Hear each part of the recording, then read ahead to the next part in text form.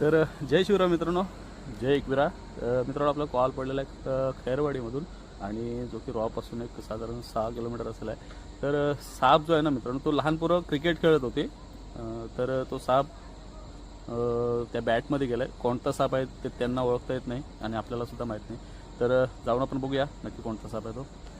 कुठं वरती जायचं आहे? चल बस.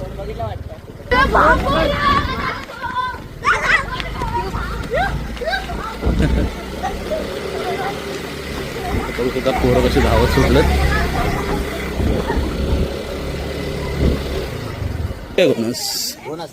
डुरक्या घोणस बोलतात त्याला. तर बघू शकता मित्रांनो, पॅट मध्ये साप आहे तो गेलेला आहे आतमध्ये.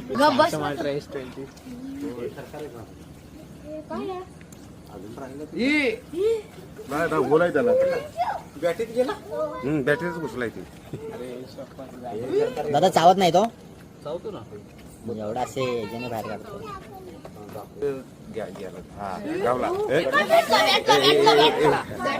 तर बघू शकता मित्रांनो, डुरक्या घोणस साप जो की बॅट मध्ये होता.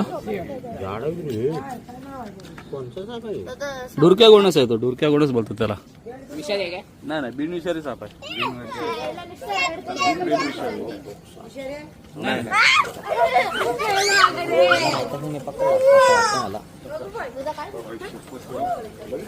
अजगरासारखा दिसतो तो साप.